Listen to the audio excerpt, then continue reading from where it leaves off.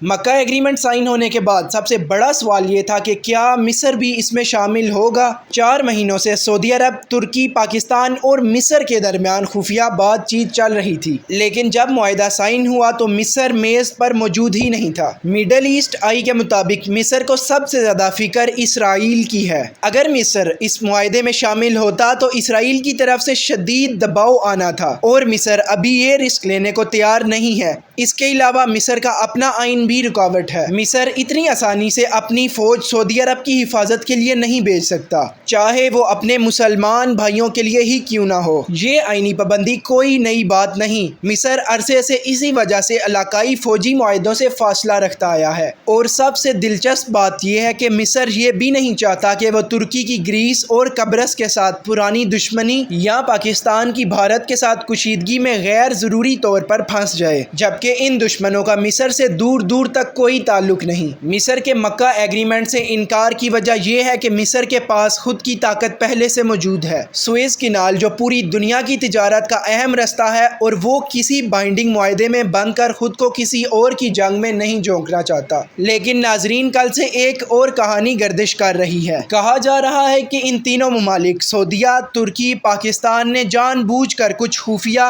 اور جھوٹی معلومات جان بوجھ کر مصر کو دی ہیں، صرف اور صرف یہ دیکھنے کے لیے کہ مصر اس پر کیا کرتا ہے۔ مصر نے یہ تمام معلومات سیدھا سیدھا امریکہ اور اسرائیل کو پہنچا دی ہیں، بس یہیں سے مصر پر بھروسہ ختم ہو گیا تھا۔ یہ کہانی آن لائن صارفین کی جانب سے کہی جا رہی ہے، اسے باقاعدہ کسی بڑے میڈیا ادارے نے کور نہیں کیا۔ بہرحال وجہ چاہے جو بھی ہو، ایک بات صاف ہے، مکہ ایگریمنٹ اب 3 ممالک تک محدود نہیں رہے گا۔ ترکی اور پاکستان اس کو پھیلانا چاہتے ہیں، اور مصر جیسے بڑے اور طاقتور ملک کا انکار یہ دکھاتا ہے کہ خطے کے بڑے کھلاڑی ابھی بھی احتیاط سے قدم اٹھا رہے ہیں۔ تو ناظرین، یہ تھی تمام صورتحال۔ اس سلسلے میں جیسے ہی کوئی نئی خبر آئے گی ہم آپ تک پہنچائیں گے۔ تب تک کے لیے چینل کو سبسکرائب کریں اور ویڈیو کو لائک کریں۔